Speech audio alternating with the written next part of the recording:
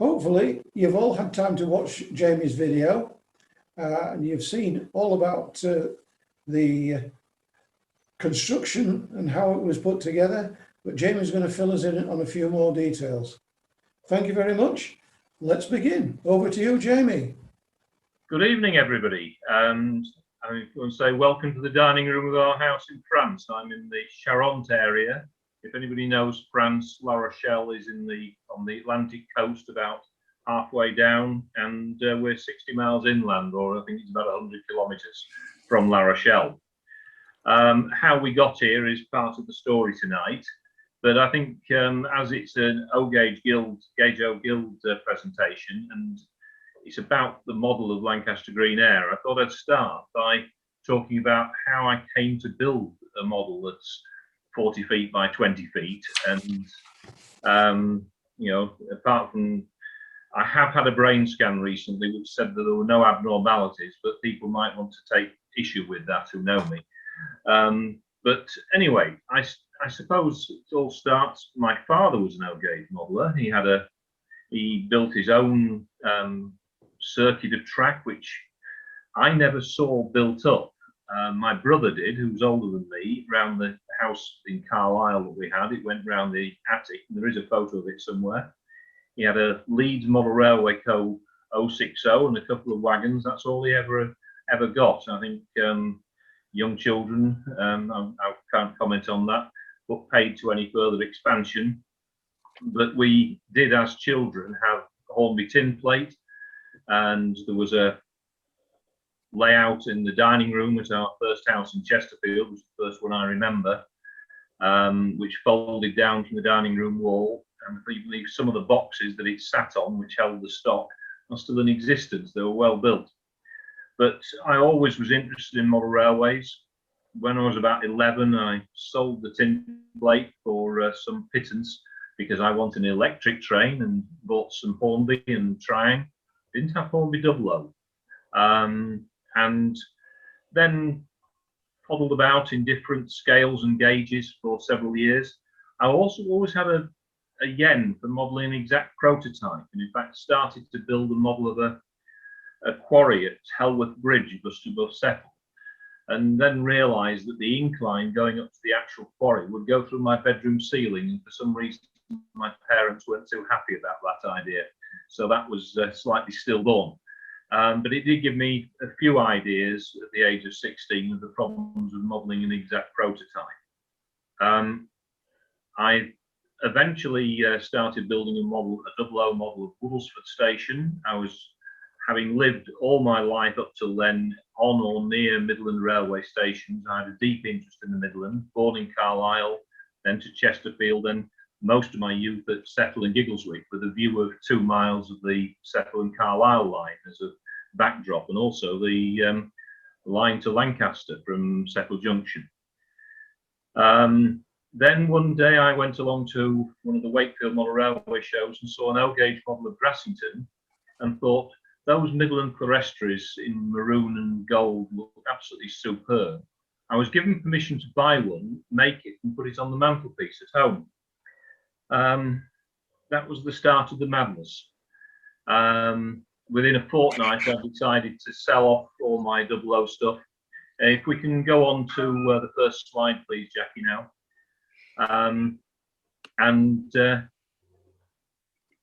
I started building that coach, and I was just liked the feel and the size of Gage. It felt so solid and much better. It was a Janet kit that I built. I've still got that coach. I was also able to, and if we go on to that's it. I was also able to go on to buy a couple of Loco kits. For some obscure reason, I bought a 9F as my first. That still has never run. That was back in the early 90s. And then I bought a Midland compound, which does run, 1004. That's part of, it's on Lancaster Green Ayre, and it was on Long Preston. But I had nowhere to run them. So all I had was one Markway point kit and a yard of Pico track, which is a little bit small for running anything. So I thought, oh, I'll build a small country station. And that one that I chose was Long Preston, near to my childhood home. And then you build a small station. Well, with the best will in the world, you can't get a small station in much less than about 20 feet. So then you need to have a bit of scenic break. You put fiddle yards on either end, you're up to 60 feet to run any length of train. Or if you fold it round and make it an oval, you end up with a minimum roughly of 40 feet. And that's for a small country station. And that's how Long Preston was born. A plan, mistakes. We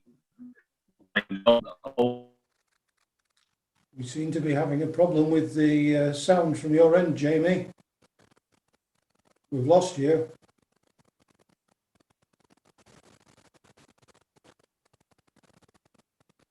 Are you getting that, Jackie? I think we seem to have lost Jamie.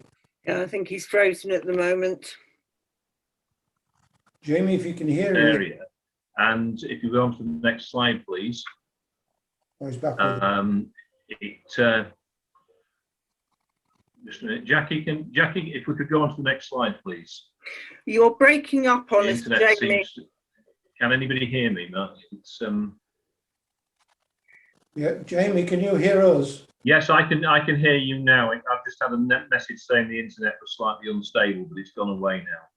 Yeah, we lost you for a few minutes, so we won't have heard anything you said about the slide on screen now.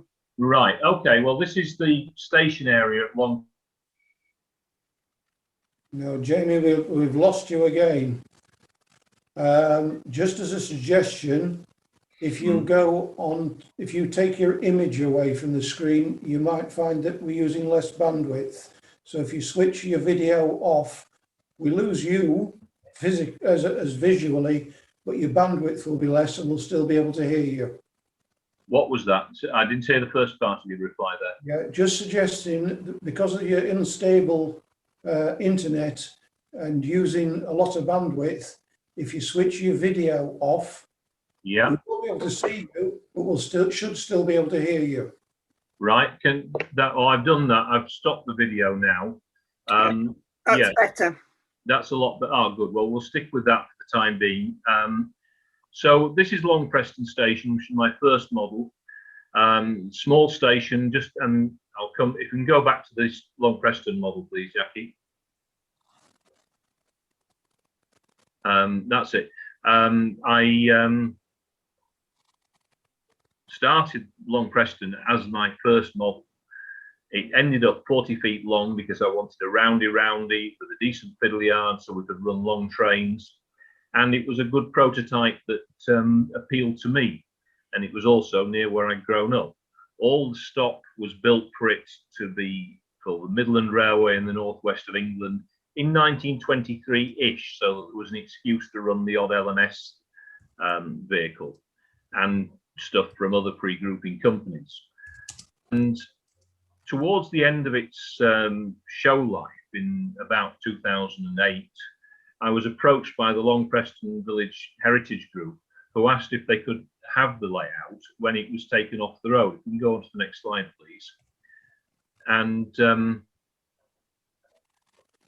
that's it. There we are. We've got the, and when the layout was finally retired in 2010, we were able to install the 4 baseboards that did the station, which was the best part of the layout in my view, with some rather nice buildings. And it now resides in the village hall of Long Preston. And apparently the local WI, when they meet, insist on having the curtains back and the lights on when they have their meetings. And it's rather nice that that part, which I thought was the best part of the layout, with some rather nice buildings, a station building built by John Patrick. Tony Bond made the magnificent station master's house and various other parts. And it was very well liked. But for the previous 3 or 4 years, I've been wondering what to do next. So if we can go on to the next slide, please. And I was looking for another prototype because Long Preston I knew was at the end of its life. It was falling to pieces underneath. It was becoming unreliable because of the way I built it. And so I was looking for another one where I could run the same stock, but not have exactly the same type of layout. I looked first of all at Clapham, North Yorkshire, where I had lived for about 9 months. But the problem there was there's a quite high viaduct straight off the end of the platform, which would make immense problems for constructing the baseboards and carting them round to shows. So I had to, it had a lovely backdrop of Ingleborough, but that came to an end. So I looked a bit further west along the line to Lancaster Green Ayre, which I had known as a child. I had ridden on the electric trains that went from Green Ayre up to Castle as we went on childhood holidays. You can see there the 1910 Ordnance Survey map of Lancaster Green Ayre. In the centre, where the arrow is, where the arrow is pointed, is Green Ayre Station. It's quite a simple station. 2 main platforms and a bay platform overlooking the River Lune. And then going west, it crosses the River Ayre on what was known as Greyhound Bridge, and that goes towards Morecambe and goes straight on the south bank of the River Ayre. There's a link that goes up to the West Coast Main Line at Lancaster Castle. Off to the top right of the map are 2 sets of sidings, Ladies Walk and, oh, I can't remember what, New Zealand sidings. And they were the marshalling yards for Lancaster. I decided I couldn't model that. But what I decided to do was to try and model the whole station area with the Castle branch and with a shortened version of Greyhound Bridge. For test purposes, Long Preston would just fit into my church at Gilderson with about 1 inch to spare. So I decided to use the same size, this basic size, and then used the system Templot, which I'm sure a lot of you know, which isn't a CAD program, though it has some CAD features. And I was able to fit in all that I wanted to do with various alterations to the geometry. For instance, where the line goes straight up through and under the road bridge, which is known as Skirton Bridge, it starts to curve to go round to the other end of the fiddle yard. There was a shorter fiddle yard than on Long Preston, so we'd could only run a 17 truck train or a 20 or at the most 18 truck train. And because we had to accommodate the Castle branch going off and going to its own minor fiddle yard at the end of the line. So if you can go to the next slide, please, Jackie. That's the a printout from Templot showing the layout that I eventually came up with after a lot of help from friends and a lot of thought. And all this was being planned while we were still exhibiting Long Preston. So it was the idea was to be able to start construction of Green Ayre once Long Preston came off the road and was dismantled and the sections went off to Long Preston and were preserved. And also I'd be able to reuse lots of things like some of the track and the point motors, things like that. And station furniture, all sorts of odds and ends got reused, and quite a bit of timber. But you can also see another feature which I rather liked. In the bottom left-hand corner of the layout is the Loco Shed. It's a very compact Loco Shed with everything converging on a turntable. You can see the actual shed area. If you come along to the next baseboard, Tony, next one along, that's the actual shed, which has room for 8 locos to stable in it. Then the turntable, then the coaling stage is just above it, and then there's a small goods yard. That area there we'll talk more about later. And then you can see the Castle branch going up to the left to its own small traverse fiddle yard. And by this time, I was also planning the train services. And up in the top right, if we come up to the fiddle yard area and the right-hand end of the fiddle yard as I look at it, you'll see a line coming along the front edge of the fiddle yard. That's something that the working timetable and talking to ex-railwaymen at Lancaster imposed on me. It turned out there were a lot of trip workings which would have to be worked as trips but wouldn't need to go through the fiddle yard. Yes, it's Sainsbury's. To answer the question to John Hobden, the Loco Shed, Sainsbury's is actually where the turntable is. The car park is where most of the shed was. The Greyhound Bridge is still there. Skirton Bridge at the right hand end is still there, and the line up to Castle is a cycleway. But you see, so I came up with this idea. If we go back to where I was talking about up at the top right, you can see that little single track that leads into a cassette yard, and there's a stack of cassettes on the inside front edge of the fiddle yard, which allow for all the various trip workings to the coal yard, the cattle dock, the loco coal, and through freights up to Castle, which are all limited to the same length as the 3-car EMUs, which I'll come on to later. And so everything is worked around that standard length, which is 6 trucks and a brake van, plus an 060 tank engine in most cases. The thick green lines are the lighting units, and the horizontal green lines with the square ends are the stanchions for the lighting units.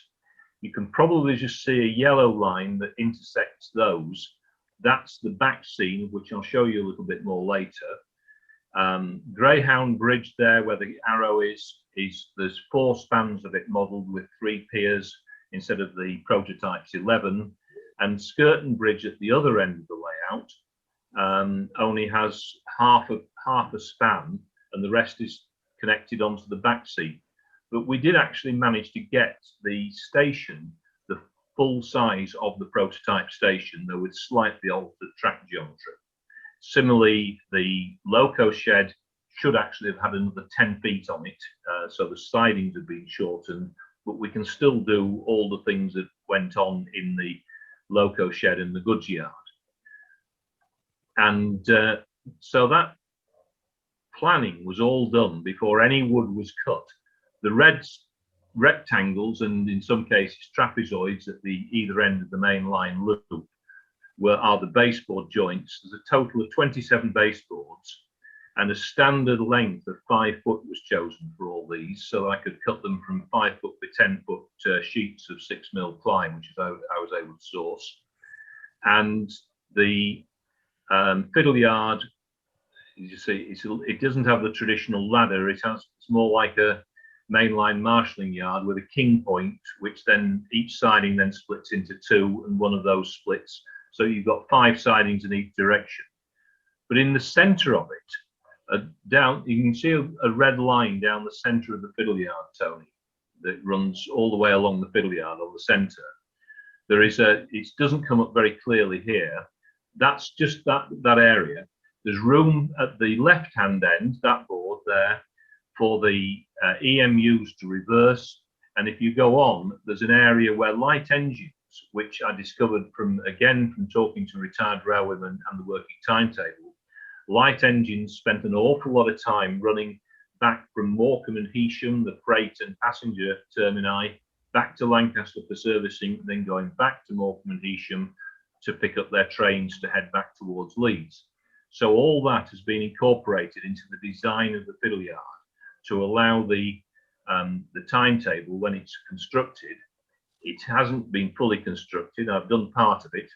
I took a 1/10 size map plan of the layout with us on holiday one year to Tenerife, and a load of coloured lollipop sticks cut to the length of the various trains, and actually planned out the first 150 moves on a timetable.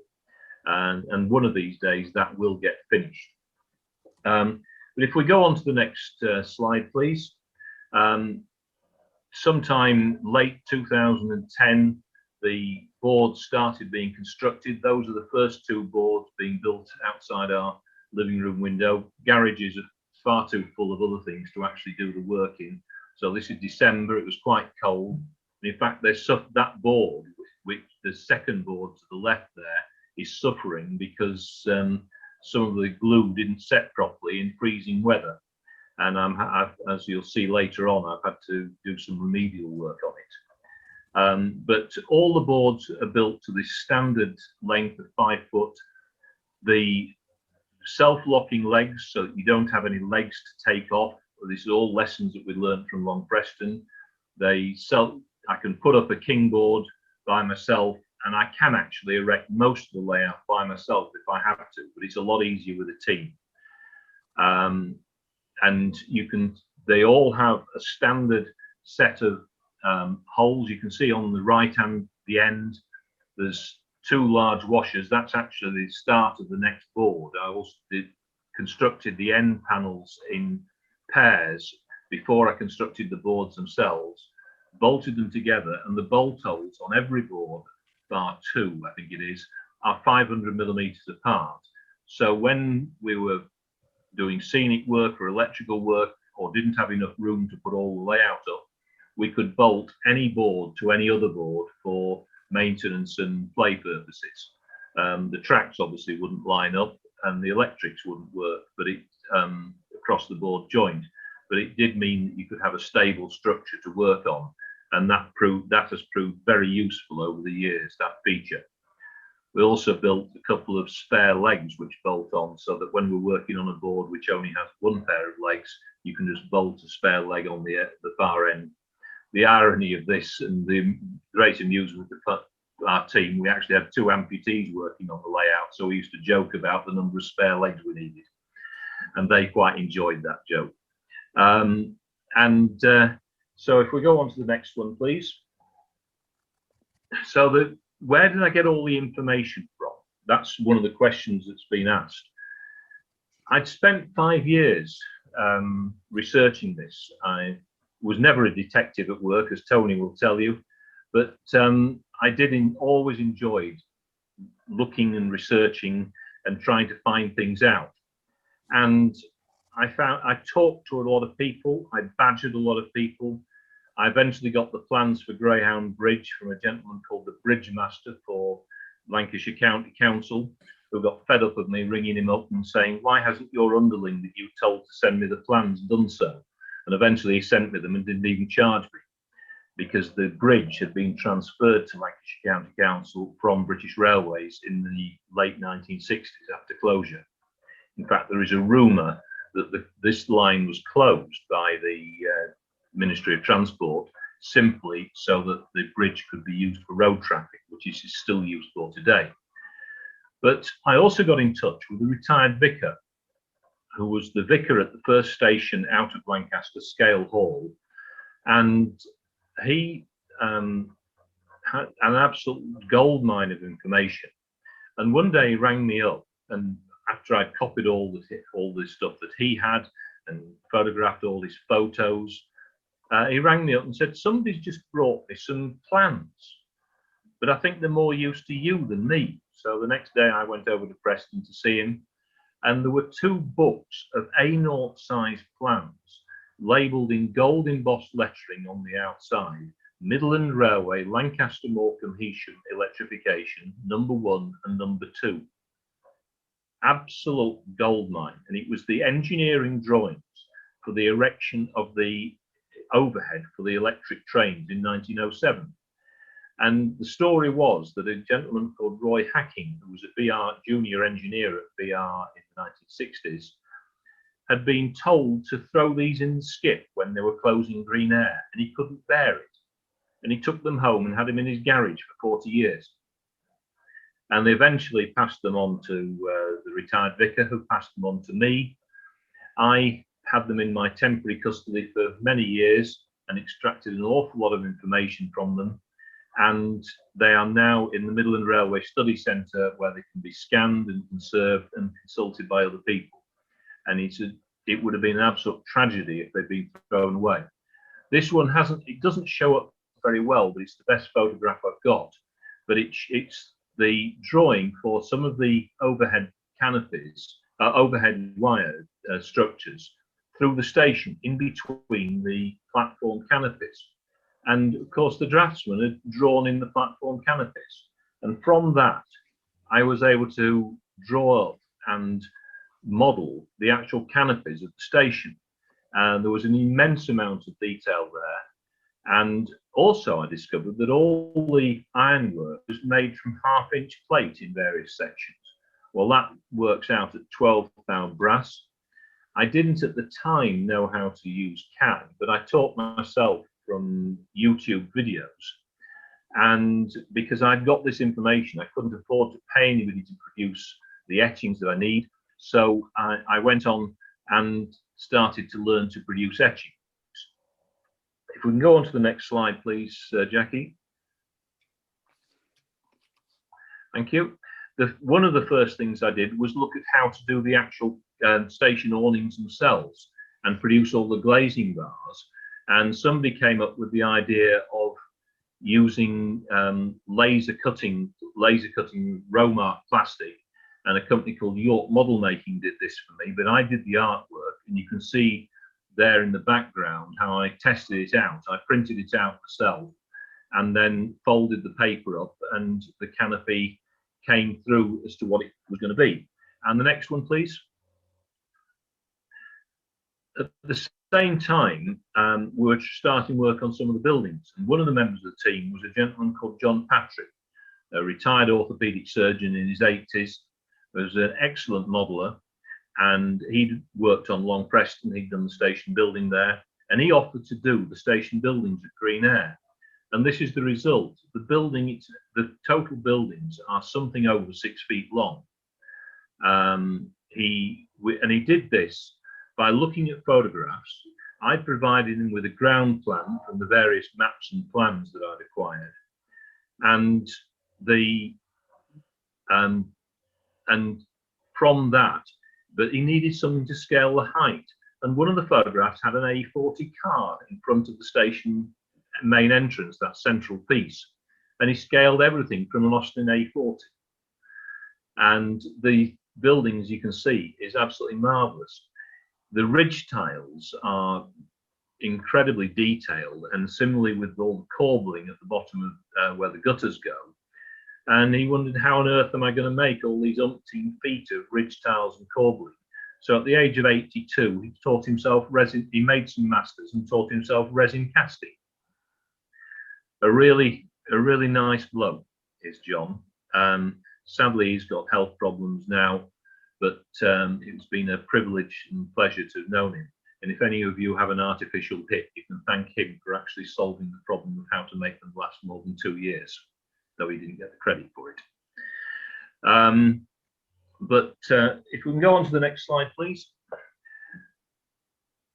I talked about getting into CAD and CAD drawing, and the first thing I tried to do was a small test etch.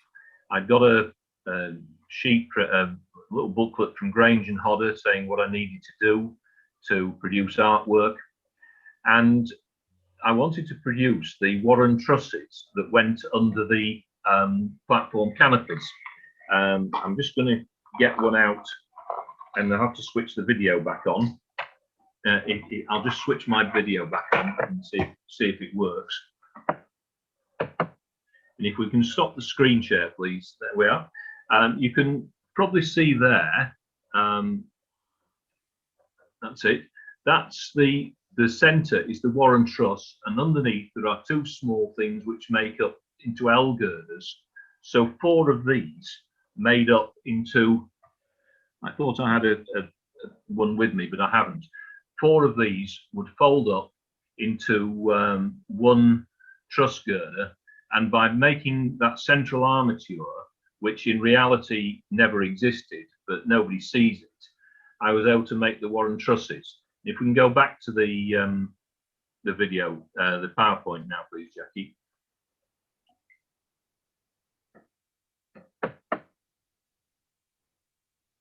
I hope that that's come across. Oh, well, I'll just go back before we start again. I'll just go back, and this is one of the platform canopies. This is one of the ones that's cut out to go around the station footbridge. On the plans of the footbridge, it actually shows to the that there are the words, "For details of how to actually cut the canopy out, refer to the clerk of works on site." In other words, the draftsman couldn't be bothered to draw it because they had to raise the canopy, the footbridge, by 18 inches to allow for the electrification, and so a bit more of it needed cutting out. But you can see there the Romark pieces. That's the Romark pieces. There's a frame of polystyrene underneath, and then glazing material glued on from the back after it's been painted, and glued on with aircraft canopy glue for model aircraft. It's transparent and doesn't tend to, it's ideal stuff for putting glazing material on if you can get hold of any. There was a good aero modelling shop in the east of Leeds where I was able to get it, and there you can see one of the ends of it. So if we can go back to the PowerPoint now, please, Jackie. There we are. So that's the, you can see there the groups of 5 pieces of metal which made into the Warren trusses, the 4 L girders with their rivets, the armature, and then in the middle, the spandrels, which took the load of the actual trusses, and those were a bit thinner than they should be because they were cast iron. So I made them in double, as you can see, which were folded up and soldered. And then the pillars, a friend of mine, Ray Clasper, another member of Wakefield Club, made a master in brass of one of the pillars. And then John Patrick cast them in resin, but so that they could be fixed, we put a piece of M2 threaded rod right through the center of the mold, so that they could be bolted down to the baseboard. And there was about 2 inches spare at the bottom of each pillar, which goes through the platform and then through the baseboard itself, and then a nut put on. And at the top, it was araldited into a hole drilled into the Warren truss. If I'd realised I was going to do that, I would have made the trusses slightly differently, so it would have been easy to put them in. As it was, somebody had to make me a drilling jig so I could drill it without the drill wandering off and destroying the truss. But a friend, Bernard Shaw, who unfortunately is no longer with us, made those for me. There are also various other pieces on there which I've got from those drawings. You can see, Tony, if you can just put the cursor on and come up to the, come left, left, left, that's it. Keep going left, that's it. Just below the cursor now, there are some oblong pieces with slots in. Those are the ties that go round the wooden poles that hold the catenary and held on the girders from which the wires were hung. So all these were able to be designed and put in as etches at this stage, and the different types of spandrels. And that meant that it was possible to actually make the station or the awnings as I wanted to make them. Just a minute, I know there's a question that somebody wanted to ask. Somebody's mentioned about sourcing the original plans. As I say, I badgered people. I got a lot of help from the Midland Railway Society, from the Cumbrian Railways Association, and a lot of it simply by talking to people and getting to know old railwaymen in the Lancaster area. And I went and interviewed some of those. I'd seen their names in books as photographers, and through contacts I made in the Lancaster area, particularly David Chandler will know some of those. There's a fellow called Ron Herbert. And they were able to tell me all sorts of things that weren't in the history books about methods of working and how they used to propel goods trains through the stations without a brake van, but with some specially adapted lamps that hung off the coupling hook and one buffer. And apparently they were kept outside the yardmaster's office in Ladies Walk sidings, and woe betide you if you lost one. So I basically just hoovered up information wherever I saw it, in a book or chatting to people at shows, and eventually it all got fed into the machine, into the drawings. The CAD drawings started to work better. The Templot had a marvelous method on it whereby I could, if I had to alter the track geometry to get something right, by expanding a sleeper. It's a feature in Templot where you can shove sleepers. You can make the sleeper bigger. So various sleepers became each section of the platform canopy. So when I altered the track diagram, the platform canopies moved with the track. And so when it came to actually building it, I was able to make sure that they all went in, the 20 bays all went in their correct position, in the correct relationship to the track. I hope that makes sense, but it's without that, I wouldn't have been able to do it. Another thing I had to plan at this stage was the run for the overhead wiring. I'll talk about that more later. I know there's a couple of questions about that from Graham.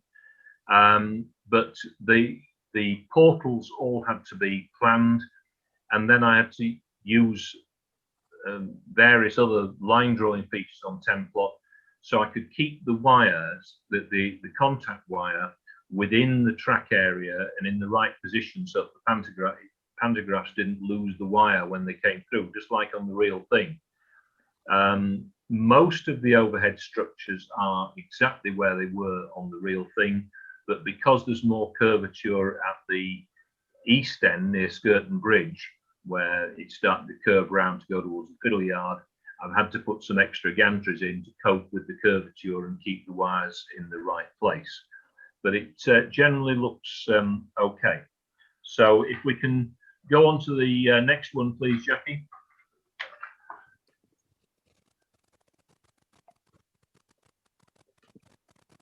That's it. So after a couple of years, it was getting to the point where we could start putting it up. This is my church at Gilderson Baptist Church. I was the bookings officer, and for some obscure reason, it used to be free for a week now and again. I don't know how that happened, and obviously can't comment on that. But we used to take possession of the church after the service on a Sunday.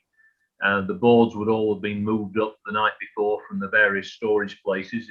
That's something I need to come back to.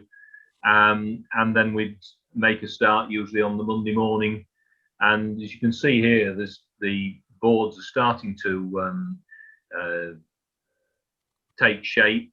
The station area is on the left-hand side of the picture.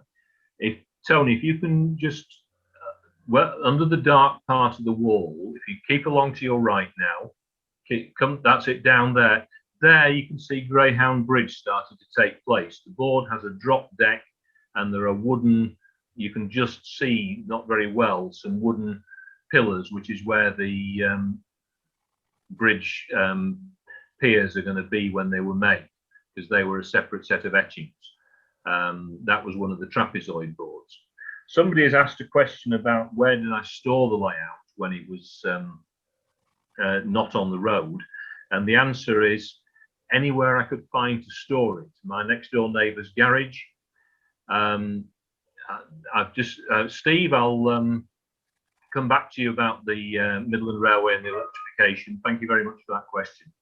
I had a garden shed about 10 foot by 6 foot. A lot of boards could go on their end in that and on top of each other. Some went in a neighbour's garage, some went in into a farmer's barn at the end of the village, and a few were all usually being worked on at the club rooms. But obviously I couldn't hog all the space at the club rooms, and usually would only have 3 or 4 boards at the club rooms at any one time. We had to apply for layout space to keep it equitable, and I'm very grateful to the Wakefield Club for allowing me to do that.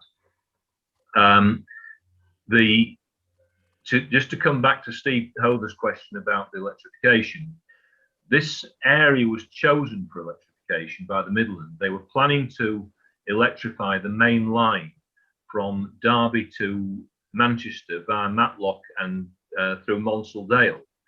I dread to think the hullabaloo that there would be nowadays if somebody talked about putting catenary on Monsaldale Viaduct. But they wanted to electrify freight traffic. They were going to use 80-ton Bobos with about 600 horsepower, 600 to 800 horsepower each. And they chose, after a lot of experimentation, high voltage AC, and they wanted a test bed for that. So 2 young engineers, they weren't young, I suppose they were in their 40s by then, DL and Sayers, an electrical engineer and an S&T engineer, were sent off by Richard Dealey to find the best system. the Midland had already looked at using third rail DC for the the suburban services out St Pancras, and the cost of substations had put an end to that. In those days, substations had to be manned 24/7, and they had to be run every 7 miles, I think it was, on the original plans from the 1890s. But DL and Sayers were given their head by Dealey. He backed them to the hilt. They chose AC electrification because it cut the transformer costs. And thank you, Tony, for that thing. It's yes, we are. So they decided to electrify the suburban service from Lancaster to Morecambe and Heysham, and it was opened before the London Brighton South Coast electrification in London. It was the first high voltage AC electrification in Britain. It was eventually used as the test bed for the industrial frequency electrification for BR in the 1950s. So it's been a real pioneer line. Anyway, if we can get on to the next slide, please. The layout started to come on. I mentioned there was a yellow line on that plan that couldn't be seen very well. That was where the back scenes were going to go. And John Patrick and I, he was the artist as well as the engineer and surgeon, couldn't work out how we were going to have the back scene with these three areas: the Skirton Bridge at one end, Greyhound Bridge in the middle, and the Castle Branch at the other. And we came up with this idea of having this double curve. And John painted the back scene. Quite why the airship appeared, I don't know. It isn't like the Panzer tanks which appeared one day on one of David Jenkinson's layouts when he let the artist have his head. But the perspective has to change in various places, and the buildings in the background are all real buildings. And John did this. Took him photos, and he then worked out the perspective, and the back scene runs all the way along. You can see in the foreground here the siding that was the original Northwestern Railway Loco Shed from the 1840s, used at this time by Waring & Gillows, the furniture maker, for maintaining the Midlands Royal Coach, which they had furnished. And it was shunted in there every 2 years for refurbishment. The coaling stage is there on the left. The Loco Shed is off to my left now. And if we go on to the next slide, please. And you can see this is a slide that David Chandler took showing the station area. And I personally like this area. I think we've got it right. I haven't finished it yet. I do need to get the lighting, but you can see the insides of John Patrick's lovely station buildings. There's a wall that goes down behind the left-hand side now, and you can see the pillars that I was talking about, and the spandrels and the Warren trusses.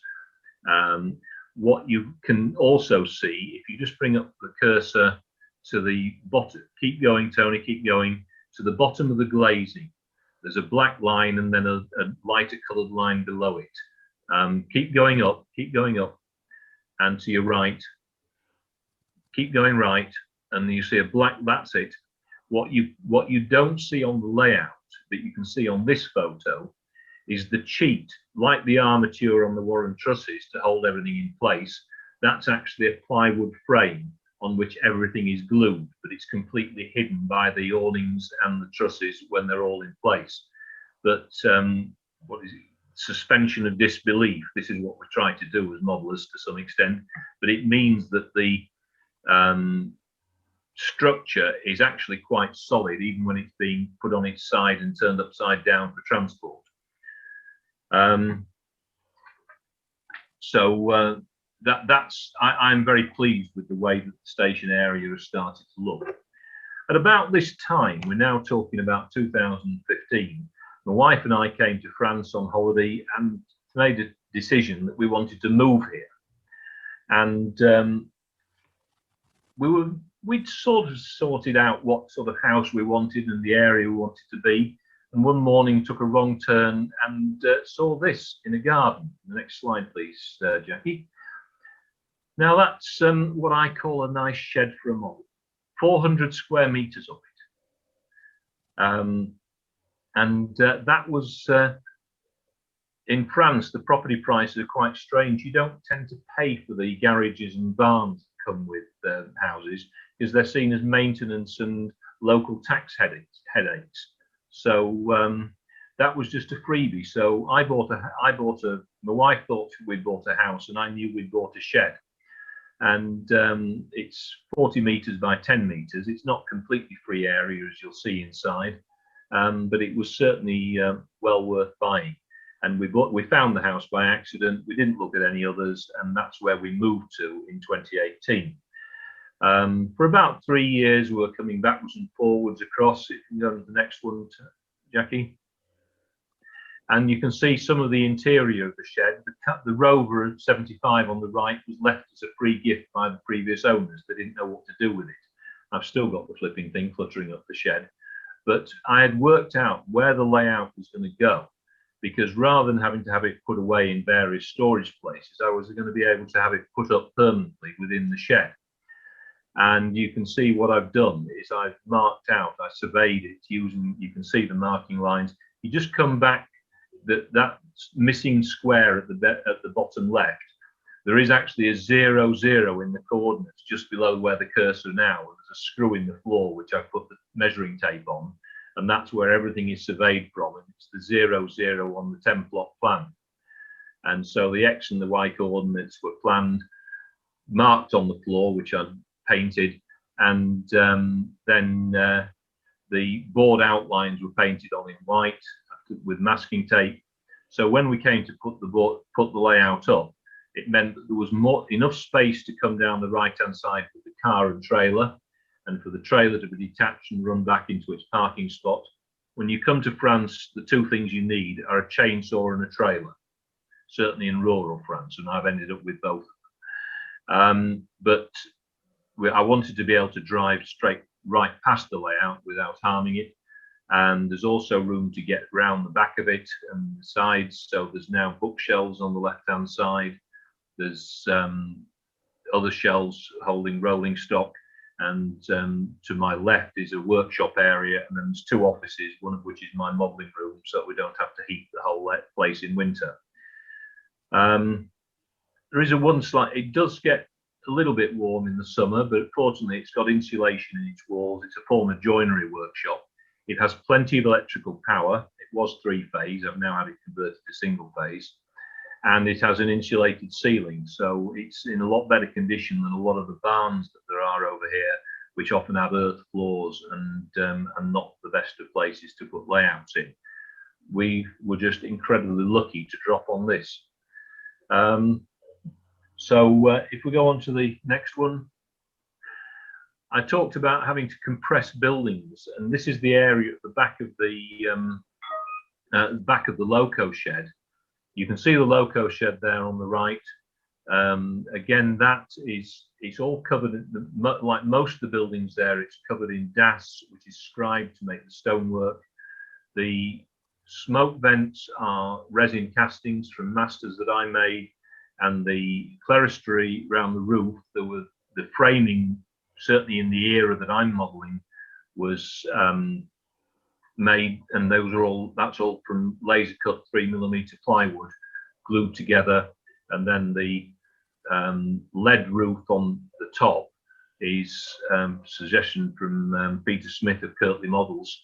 It's plastic rod underneath to make the joints, covered in foil, which is evo sticked onto the roof structure, and then painted grey, and it looks quite effective as a leaded roof. You can see there the whole area. You can see the front of the board, which is the maroon board down in the bottom left-hand corner, and the back of the station master's house and the chimney. That area should have been about 3.5 feet long.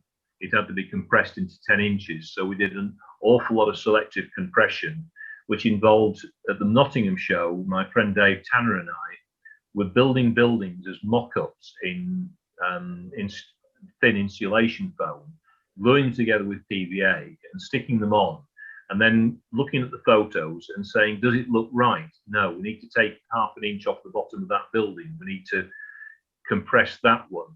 And so all this set of buildings, in effect, we've done the building nearest the tracks and the building nearest the road, and sort of melded them together. You can see the yard at the back of the Loco Shed. A friend of mine from RM Web, Flavio De Rosa, a doctor in Switzerland, he's built the sand drying furnace and the 2 chimneys and the Kazi, most important, and the station master, the shed master's office, which again has had to be slightly compressed.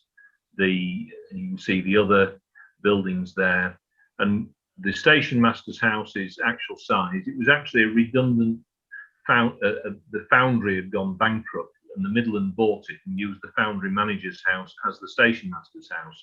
But unfortunately, it was demolished in the 1960s. There's still a building, that one that's in black mounting board, that's still got to be made properly.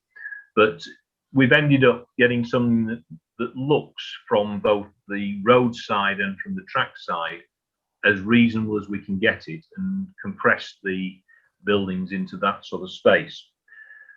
I've been asked how we move the layout. If we go on to the next slide, the layout filled, as you can see, a 7.5 ton hire van.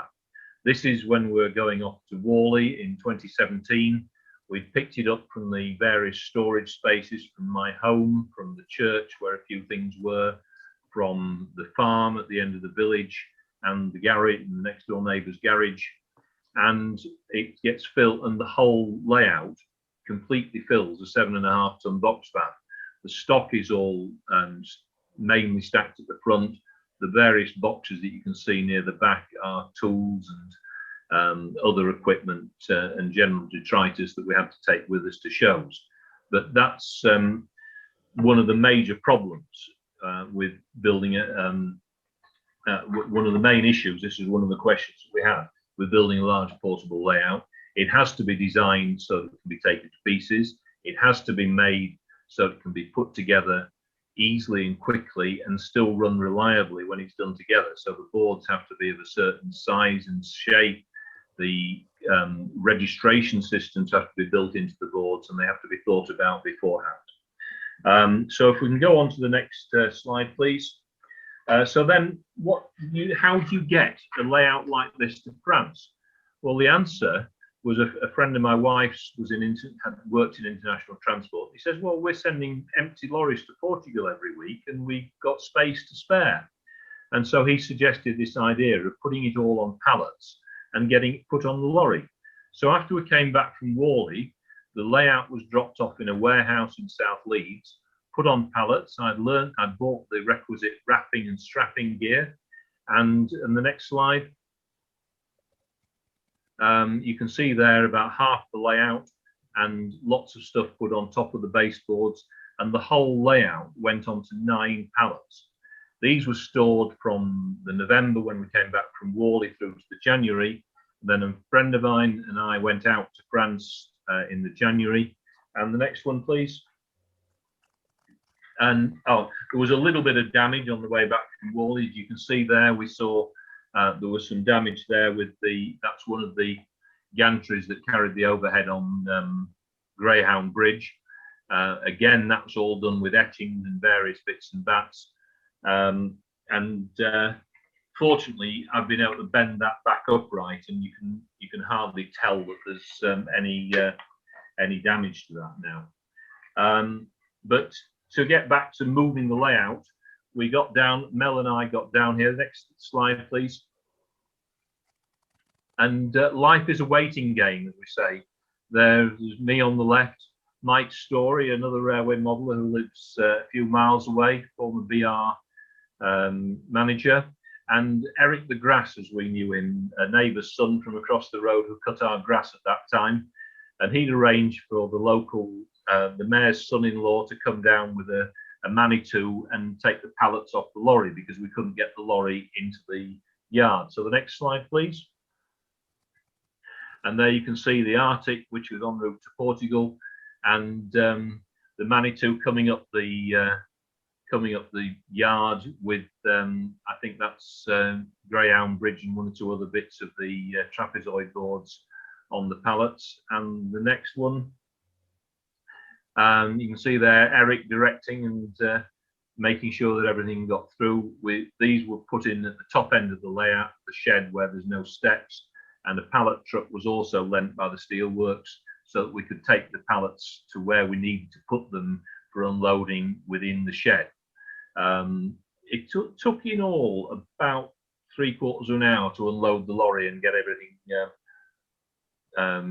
put up. So if we go on to the next one, as you can see there, the layout, the car had been shunted around to allow us to put pallets in. It's now being put back at the top end of the shed.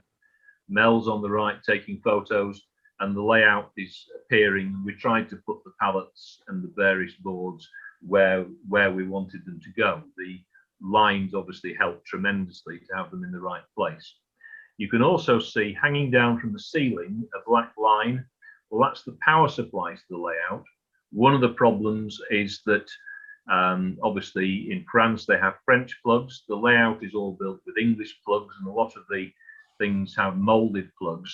So I made a decision to keep the layout on British style plugs, but so that we weren't having to tread over a trailing lead on the floor, with the help of my son who works in the IT cabling industry, we put a lead in from a distribution box on the wall to the left, and that drops down with a caravan type plug on the end, and all the power for the layout comes from that lead. It's about planning, and it comes down roughly where the main control panel is for the front of the layout. So if we go to the next one, and you can see there that when we eventually got it up, the back scenes were put on, and even the lighting rig works. So you can see Skirton Bridge at this end with the cobbled service, which actually has the redundant tram tracks, the last horse tram network in the UK that closed in 1921. So 1923, the rails were still in the road, and they run down Skirton Bridge. It ran from Lancaster to Morecambe, did the horse tram. You can see there the cattle train, all the empty cattle train going towards Heysham to pick up more Irish cattle, and the various forms of overhead gantries that are in there, the wooden poles, round section nearest the camera. As you get into the station area, they're larger and spanning a larger area, so they're square section. The signals were built by John Fitness, and you can see the station footbridges in place, and the station buildings are all there, and the river, the seawall is there at the right hand side of the grassed section, and that's the River Lune, and beyond it Derby Terrace and Lune Terrace on the other side, which we believe were mainly full of railwaymen's families. In the foreground is the coal yard and the cattle dock on the left.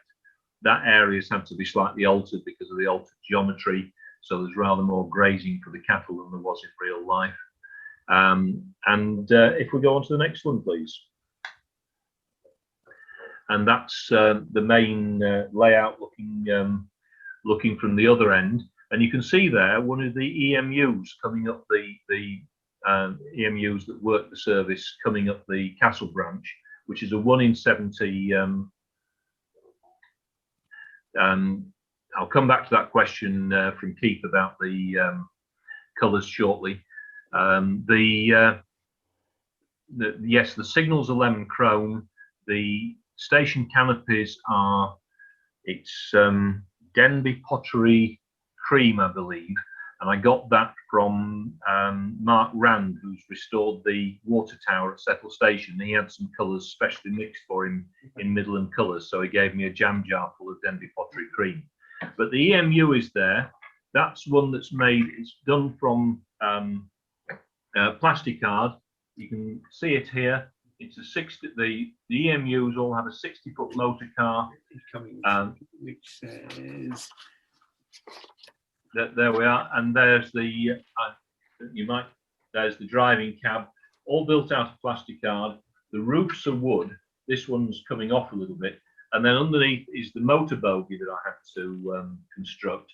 They had one motor bogie with 2 traction motors, and Graham wanted to know what I'd done for the motors. Well, if you see there, you should be able to see they're actual traction motors from ABC. and I was a little bit worried that these two small traction motors, whether they'd be able to power a 3-car EMU. Well, they managed to do that very well. They we actually ran the EMU at Worley in 2017, and the 3-car EMU, unfortunately I have no photographs of it, romped up the one in 70. There's plenty of weight from printer's type inside the motor car. One of the other vehicles that I've done is a converted steam stock built from a standard Slater's, I think it's D503 coach, and you can see that they put a driving cab at one end, and it's just a standard steam stock. And then David White at Slater's produced some bogies for me, which you can see that the spoked, it's the standard Midland 8-foot bogie, but with spoked wheels rather than solid wheels. And David sent me 5 sets with the spoked wheels. And so that's the other question that I've got regarding the electrification is, how did I get on with the overhead wiring? Well, the contact wire is 0.3mm brass spark erosion wire. It's steel cord with a brass coating which solders beautifully, and it's very strong. And if you keep tension on it, it does keep a nice straight line. What it isn't very good at was for the untensioned or less tensioned catenary and intermediate wires. So I've actually changed to make those out of nickel silver, which is much more rigid. And so there's 2 catenary wires which are crimped together just like on the prototype, and then 1 intermediate wire with thin copper wire for the various droppers to to hold the different runs of the wire together. It isn't perfect, but it does seem to work. So if we can go back to the presentation, please, Jackie. And the next slide, please. Oh, just before we go off that, you can probably still see it. So you can see the shear legs that's behind the coaling stage. That was modelled on the one at Barrow Hill Roundhouse, and I did some 2D drawings of the casting at the top, and a friend got his son, who could do 3D printing, to 3D print me the top of the shear legs, which holds the 4 things. So if we go on to the next one, please. And that's the whole layout up in this shed, as you can see, with the Loco Shed control panel in the foreground, just above ground zero. There are the 3 Lancaster Green Ayre signs in the middle, and blue and Denby pottery cream. And it's a little bit wiggly. It's all made of 3mm pliers, the fascia board. But it does seem to work, and it hangs off the lighting gantries. And so what it doesn't have is the cloth going around the layout. And if we go on to the next one, there are railway modellers in France, and I'm in touch with a group called the Maritime Railway Modellers, and we had a meeting here, and it's a very sociable meet. You meet at lunchtime in a local eatery and have a rather nice, usually quite liquid lunch, and then go back to somebody's house to look at their model railway. We all model in different gauges and scales, from 7¼ inch gauge down to Z gauge, and there's continental, there's British, and in my case Midland O gauge. And you can see some of the Charente Maritime Railway modellers there who are coming over and enjoying cakes and tea, and watching a few trains going around the layout. And the next one, please.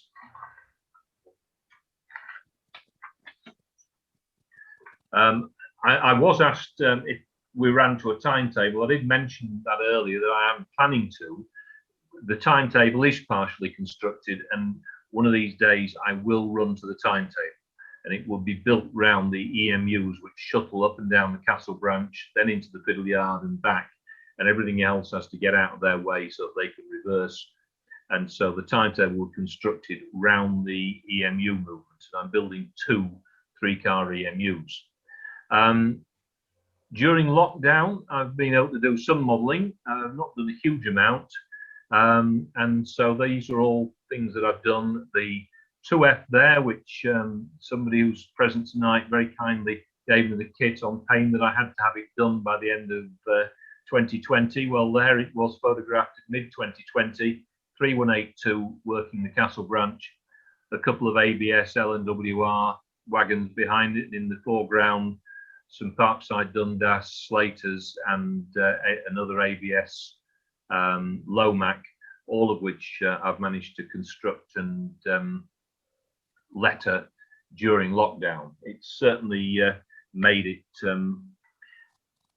been nice. We did have another visit. If we can go to the next slide.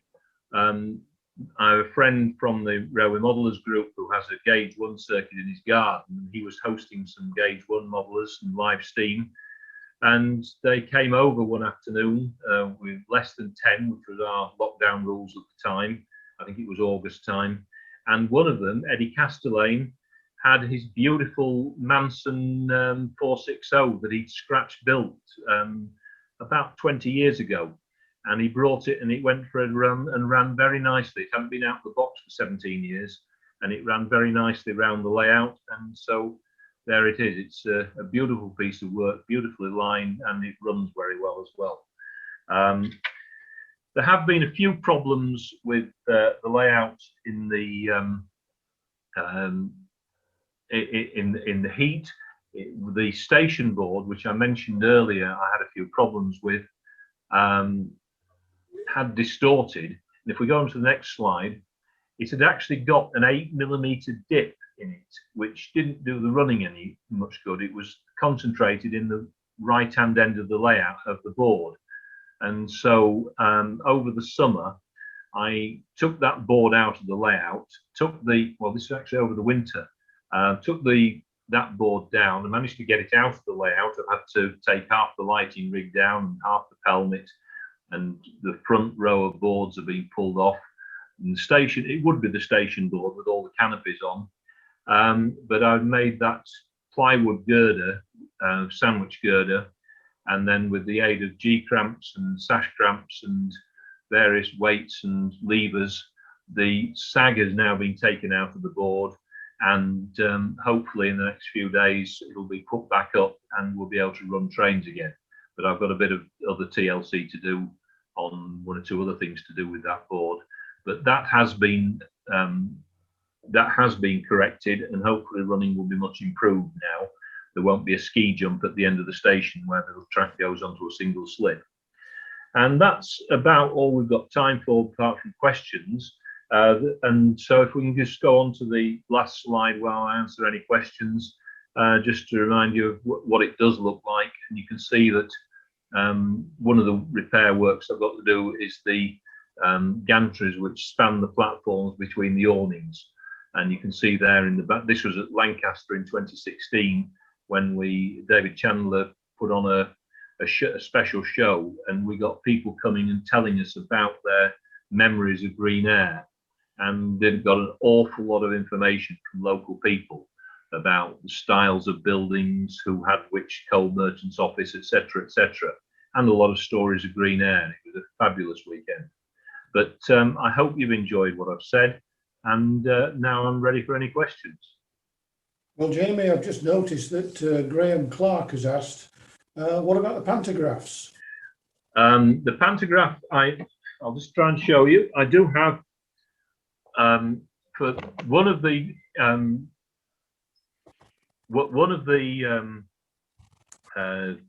EMUs is the Westinghouse EMU, and I've got a pantograph off a Rivarossi Italian electric, which is pretty much spot on for what I need. The other one was the Siemens unit, which had bow collectors, and I'm going to send a drawing to Mike Edge, and he said he'll make up a kit for me for the bow collectors.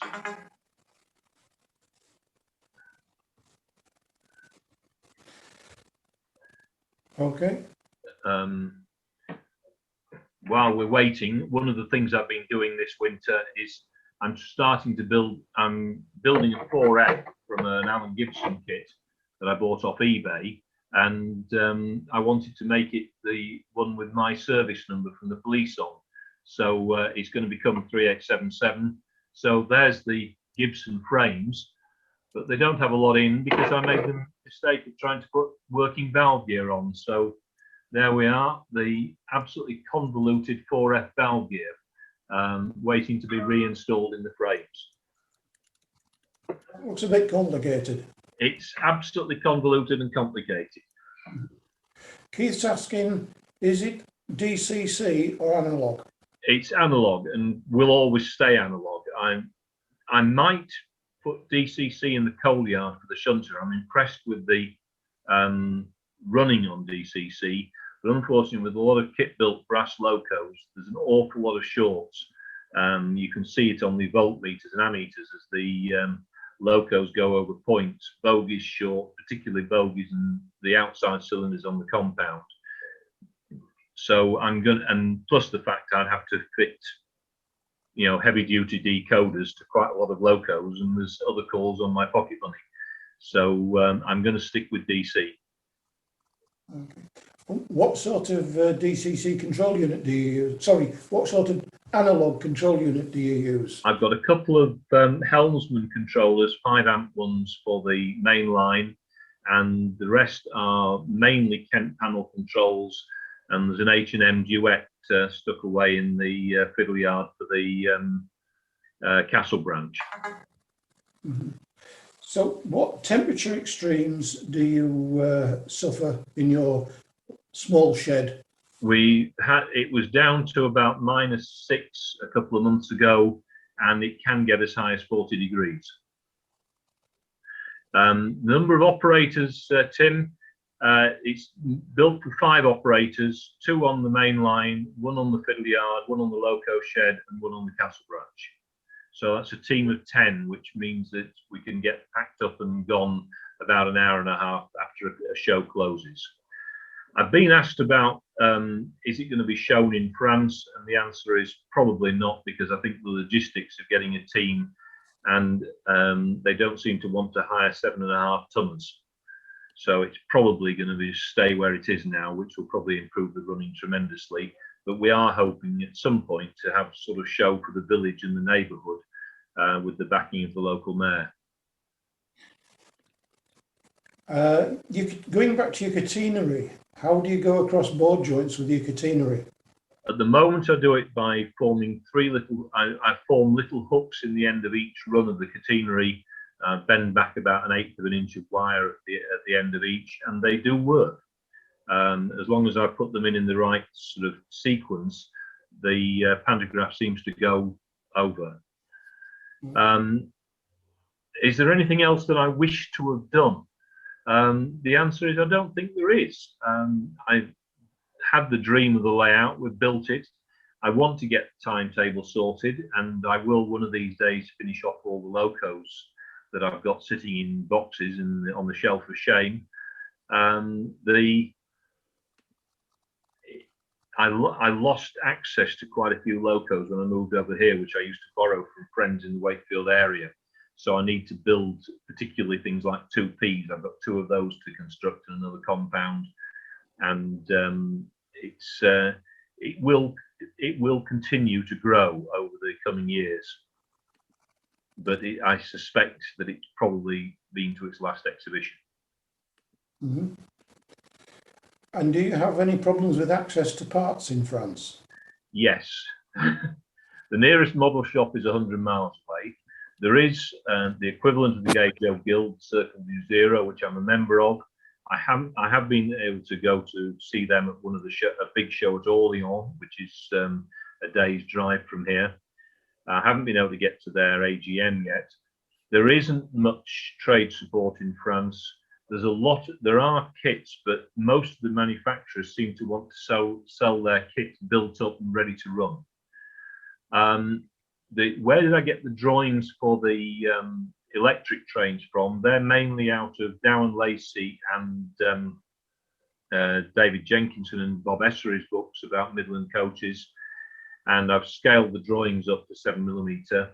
And also I managed to get to source a paper 54 pages long presented by the two engineers, DL and Sayers, that I mentioned, to the Institute of Civil Engineers. And they have some nice drawings of some of the equipment that goes underneath the coat, the motor cars, which I've still yet to model. But fortunately, there's quite a lot of photos available in the various books that I've mentioned. Brexit has affected me. I basically have stopped ordering small parts because unless it can come across like I can get transfers and things like that because they look like a letter. I haven't since Brexit tried to order anything else. I suspect it might cost me quite a bit in customs fees. Will you use the same type of motor bogie on your next 3-car EMU? Yes, I will. I've got 2 more. I've already got the motors and the bogies. I etched the bogies myself. I probably should have made them out of thicker brass, but I can strengthen the etchings for the other one. And so the motor bogies are identical, except one had Siemens traction motors and the other Westinghouse, but you can't see those. They'll all have ABS traction motors, and I'm quite happy with the performance from the 2 ABS traction motors. It solved an awful lot of problems of a motor that comes through the floor of a very open vehicle, which had a lot of windows in. Point motors, I think I've got about 50 odd point motors and about a dozen signals altogether. John Fitness and I did a bit of bartering. I did some drawings for him and he built me my signals. Your point motors, just seeing those pictures earlier, are they all tortoise point motors? Yes, they are. They're all tortoises, which are very reliable. Feed tortoises a few volts and they work for you forever. The signals are going to be operated by servos. I've got the Merg servo 4 units, and I have had them operating. I've got servo set on my laptop. What I haven't done is try operating the signals with everything else powered up, because I believe there may be interference problems on some of the cables. So I may have to run separate shielded cables to the servo operating units. Right. Has anybody got any other questions? We seem to have run out of questions now. Jackie does have a few more slides to show. Are you happy for her to show those slides? Advertising in the next show?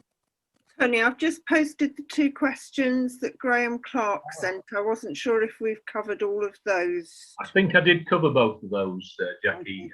If Graham has anything else he wants to ask, I think he's with us. No, I would just wonder whether you'd actually finished the units yet. No, I've got. I have got 1 3-car unit running, and the other I was building some more trailer cars, and then discovered that somebody did 3D prints for both the motor cars and the trailer cars. So I bought one of those, which I was hoping to show you tonight, can't find. They are really nice prints, and I'm going to have a go at building another one, because I have a problem with some of the plastic card ones, with the plastic card bowing down the sides because of there's a lack of partitions within the coach, so they haven't gone together very well, so I'm going to have another rethink about that. Yeah, and the second one was about the wire. I couldn't really see your OLE wires in the pictures. I wondered if you'd actually strung them up there yet, because you've got a hell of a temperature range. Yeah, I have strung quite a bit. I've now taken a lot of it down because it got damaged in transit, and I'm going to restring some of it. There is an article coming up in MRJ, which is going to have a Midland Railway special issue to cope with for the 40th anniversary of the Midland Railway Society. And I've done an article about modelling the OLE in that. There's some close-up photos of some of the wire in that, Graham. Okay, watch for that. Thanks. Thank you, Graham. Have we got anybody else got any questions? If it's easy for somebody to unmute, if you're not happy using chat, then now's a good time to actually unmute and ask a question. Well, thank you very much indeed, Tim. Thank you for that. I think I've answered all the pre-prepared questions. Yeah. Okay then, so Are you going to go to your slideshow, Jackie? I certainly will. I'll just bring this up again. Somebody mentioned earlier what's available next month. So we have got the pleasure of an interview with Jim Mcgowan on the 26th of May. I was fortunate enough to meet Jim in Northampton last week and do a pre-recorded video with him. And he tells us the story about how he's journeyed from Dole Q through to being his own man. And obviously you will all know Jim for running Connoisseur Models and the superb kits he makes for us in O-Gauge. So do please watch the video, and then Jim will obviously be available on the night to ask more questions and to expand on anything which you want him to do so. We're changing the booking system slightly for next month at people's request. So booking for Jim Mcgowan session starts tomorrow, 27th of April. It will go live at midnight for anybody who's overseas. And you will now be sent the joining instructions and the video to watch before the evening when you register. So what we had been doing was sending you a ticket, and then a week before sending the joining instructions and the video to watch. But obviously we're approaching hopefully a time where people may be able to visit family, get out and about, perhaps have some staycations.